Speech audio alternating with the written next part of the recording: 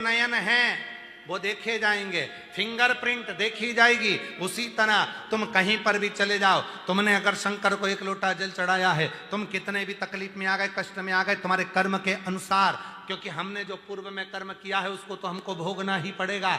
जैसा हमने पूर्व में कर आए हैं वो हमको भोगना है, वो तो भोगना है। अपने कर्म का दंड तो भोगना पड़ेगा, पर भोगने के साथ में जब हम शिव को जल चढ़ाएंगे, हमारे हाथ के फिंगरप्रिंट जब बाबा को लगते जाएंगे, मिलते जाएंगे, हम शिव की दृष्टि में आ जाएंगे कहीं पर भी हो।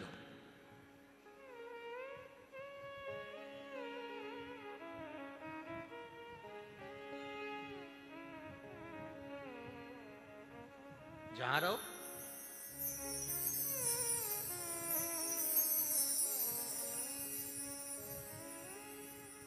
हम उसके हो गए। बस इतना जरूर है कि हमारे जो पूर्व के पाप हैं वो तो धुलेंगे। धोबी घाट गए हो, धोबी के दरवाजे पर, धोबी की दुकान पर, धोबी घाट पर जाकर देखिएगा जरा, जहां पर धोबी कपड़ा धोता है, और धोबी को तो जाने तो तुम्हारी पत्नी जहां कपड़ा धोती है तुम वहां चले जाओ, या तुम्हारा पति जहां कपड़ा धो रहा हो वहां चले जाओ, माँ कपड़े धो रही है वहां चले जाओ। केवल धोबी के ही नहीं, अपनी भी पत्नी जब कपड़ा धो रही है वहां भी जाओ। पति कपड़ा धो रहा वहां जाओ, माँ कपड़ा धो रही है वहां जाओ, बहन कपड़ा धो रही है या भाई कपड़ा धो रहा वहां जाओ। जाकर देखना कपड़े को बहन गर्म पानी में ऐसी ऐसी खंगालती, सरफ में डुबोती, फिर ऐसी पटक पटक के खूब धोती, और कोई कोई तो मोगरी से भी धोती, और फिर आखिरी में ब्रश से बोलो बोलो बोलो रगड़ती, रगड़ने के बाद फिर डुबकती, फिर रगड़ती, फिर धोती, फिर पटकती, और आखिरी में पूरी निचोड़ती, और निचोड़ने के बाद फिर फटकती, फिर तार पे डालती। बस तुमने जो कर्म करा है उस कर्म के हिसाब से फिर भी कमी भटक रहे हो। जो कर्म करा पूर्व में, पिछले जन्मों में, उस हिसाब से थोड़ा बहुत तो निचोड़ेगा रे, और थोड़ा बहुत पटकेगा, थोड़ा बहुत कूटेगा, थोड़ा बहुत रगड़ेगा। ये आज का नहीं, हमारे पूर्व के कर्म का भोग हमको यहाँ भोगना है। और याद रखना, उसी कर्म को भोगते भोगते अगर शिव पुराण की कथा में पहुंच गए, एक लोटा जल चढ़ाने रोज मंदिर पहुंच गए, तो समझ लेना कि अब मेरा कर्म कट रहा है, अब मैं तार पर सूख रहा हूं, अब मुझे दिक्कत नहीं है, अब मैं अलमस्त होऊंगा, अब आनंद में होऊंगा, अब मुझे भटकना नहीं पड़ेगा। नहीं तो अब तो बहुत पिट लिया, कुट लिया, जो देखता था गाली बक देता था, अब शब्द कह देता, कुछ नहीं कर पाएगी, बच्चे नहीं होंगे, संतान नहीं होगी, ये नहीं होगा, वो नहीं होगा, सामने ताना दिया, ना मकान बनेगा ना घर बनेगा, ऐसा मकान में रहती है 10 जगह से एक पत्र कल का देखो उसने कितना जोरदार पत्र ढूंढता हूं। अब तुम लोग तो हेल्प करते नहीं हो ढूंढने में।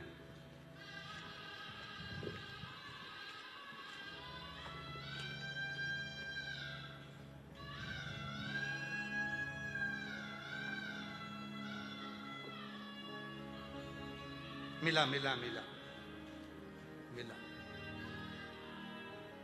मोहित गहलोत, पता 131 धीरज नगर, इंदौर, मध्य प्रदेश से हैं। कहीं बैठे हो? वाह वाह वाह, कितनी स्माइल में हाथ हिलाए, एक बार जोरदार ताली बजा। आ जाओ बेटा, आइए आ जाओ। मोहित गहलोत, 131 धीरज नगर, इंदौर, मध्य प्रदेश से हूँ। गुरुदेव, हम आपको नहीं जानते थे, पड़ोसी के कहने पर आपकी कथा देखी, और आप प्रत्येक कथा में कहते हो कि बाबा सुनता जरूर है, बस वही जानना है। जानने के लिए मेरी मम्मी और बड़ा भाई हम तीनों सीहोर आ गए। वहाँ पर बैठकर हमने कंकर शंकर की पूजा की, बाबा से बस एक चीज मांगी कि बाबा तुम सबकी सुनते हो। वो सीहोर वाला बाबा छाती ठोक कर कहता है कि बाबा सुनता है, जरूर है बाबा, एक छोटा सा घर है बाबा, बारिश का पानी उस घर के अंदर आ जाता है, जगह जगह से गीला रहता है, पानी टपकता रहता है। हम लोगों की इतनी परिस्थिति नहीं कि हम मकान बना पाए। पर बाबा अब की बार आए हैं ना, सियोर वाला बाबा कहता है जो मांगोगे अपने बाप के घर से वो मिलेगा जरूर। तो हम तो हमारे नाना से कहकर जा रहे हैं, नाना जी हमारा मकान बना दो जी। हम बाबा से कहे, बाबा ने ऐसी कृपा कर दी, वो टपकने वाला मकान टूटा और शिव की कृपा से 2 मंजिल का नया मकान बना दिया। मैं बाबा का उस मकान का फोटो लगा रही हूं, उस मकान का फोटो लगा। पत्र में लिखा धन 1 रुपया नहीं था, पर वो सियोर वाला बाबा ना जाने कहां से दे दिया। पूरा मकान लाखों का बनकर तैयार हो गया। ये शिव है, इसको शंकर का है, इसको शिव का है। और मांगा है भोलेनाथ से वरदान एक ही, मांगा है भोलेनाथ से वरदान एक ही। तेरी कृपा बनी रहे जब तक है जिंदगी, तेरी कृपा बनी रहे जब तक है जिंदगी। मांगा है भोलेनाथ से वरदान एक ही, मांगा है भोलेनाथ से वरदान एक ही। तेरी कृपा बनी रहे जब तक है जिंदगी। मांगा है भोलेनाथ से वरदान एक ही। वो बच्चा बोल रहा है आप कौन हो, आप कौन हो? जो मांगा वो मिल गया। शिव है वो, उससे मांगा। शिव जो मांगा भरता है झोली हृदय से। उससे कहो, उससे हृदय से। महादेव नमन चरणों में स्वीकार कीजिए, सबका किया है मेरा भी उद्धार कीजिए, उद्धार कीजिए। है त्रिपुंडधारी, है त्रिशूलधारी, है त्रिपुंडधारी, है त्रिशूलधारी। एक भरोसे के साथ ब्रह्मा और भगवान विष्णु, एक दिन ब्रह्मदेव भगवान नारायण के पास आए और भगवान विष्णु से कहने लगे, ब्रह्मा जी, शिव महापुराण में वर्णन आता है, विदेश्वर संहिता के अंतर्गत पढ़िएगा। ब्रह्मा जी भगवान विष्णु से कह रहे हैं, हे पुत्र, ये संपूर्ण ब्रह्मांड का रचयिता ब्रह्मा यहां खड़े हैं और तुम उठकर नमन नहीं करे। तब भगवान विष्णु मुस्कुरा कर कहते हैं, हे पुत्र,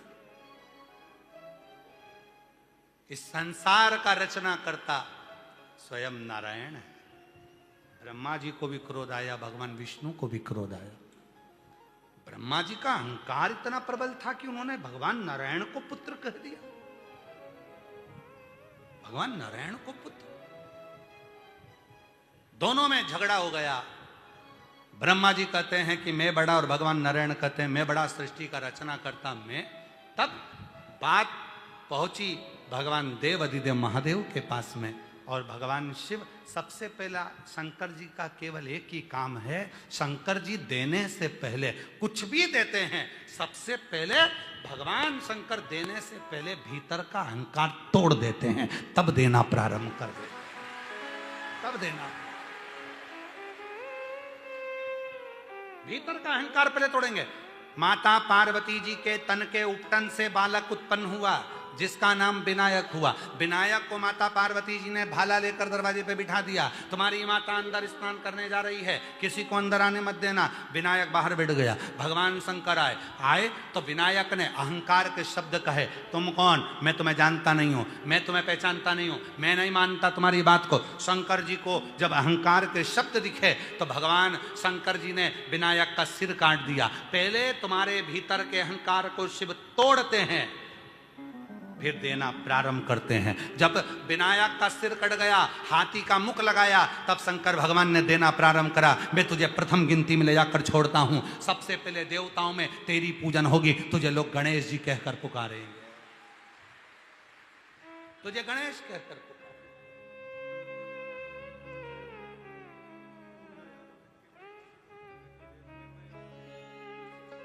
अनीता जी यादव, एक बेटे की रेलवे में सरकारी नौकरी, दूसरे की अध्यापक के पद पर सरकारी नौकरी। जोरदार ताली।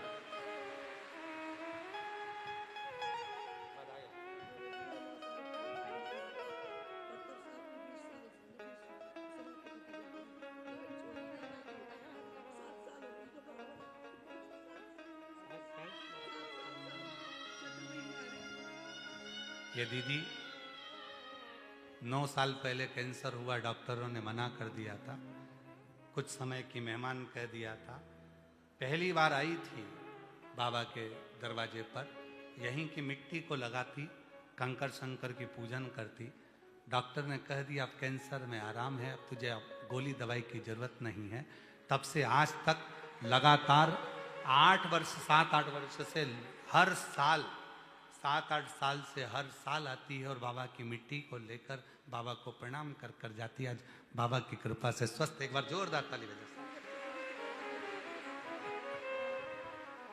शंभु शंभु शिव उपासक। शिव सबसे पहले भीतर के अभिमान को तोड़ते।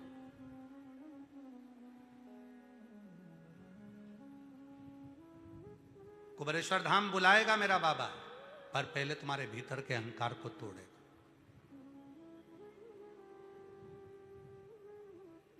और फिर निवेदन करूं इस व्यासपीठ से, करबद्ध निवेदन आप सबको, सबकी निंदा करना चलेगा, सबकी बुराई करना चलेगा, पर शंकर की निंदा, शिव भक्त की निंदा, शंकर के उपासक की निंदा और शिव के धाम की निंदा तुम्हें रुला रुला कर, तड़फा तड़फा कर तकलीफ देती है महाराज। कष्ट कभी मत। आपने कभी नहीं सुना होगा इस व्यासपीठ से, सभी जगह कथा सुनने जाते होगे, कहीं ना कहीं लोग अपनी व्यासपीठ से कुछ ना कुछ थोड़ा बहुत निंदा कर देते हैं, पर ये व्यासपीठ कुबेरेश्वर बाबा की जहाँ शिव पुराण जाती है, पूरे भारत में कहीं पर भी निंदा का कोई शब्द व्यासपीठ पर नहीं मिलेगा। क्यों? क्योंकि शिव की कथा इतनी सारी है, निंदा क्यों करें, क्यों किसी पर आक्षेप करें, क्यों किसी को अपशब्द करें। तड़प कर लिया भर। कपड़े को देख लो, जब जब तुम्हारे को लगे कि ऐसा क्यों हो रहा है, समझ लेना बहुत गंदे हो गए थे, तो वो धो रहा है। बिना धोए वो साफ नहीं कर सकता। तो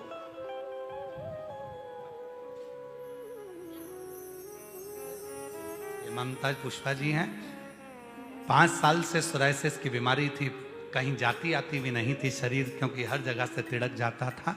और बाबा पर भरोसा कर कर 3 साल से कावड़ भर रही है और बाबा का चढ़ा हुआ जल अपने शरीर पर लगा रही है और पूर्ण तरह से स्वस्थ हो गई, दवाइयां बंद हो गई। एक बार जोरदार।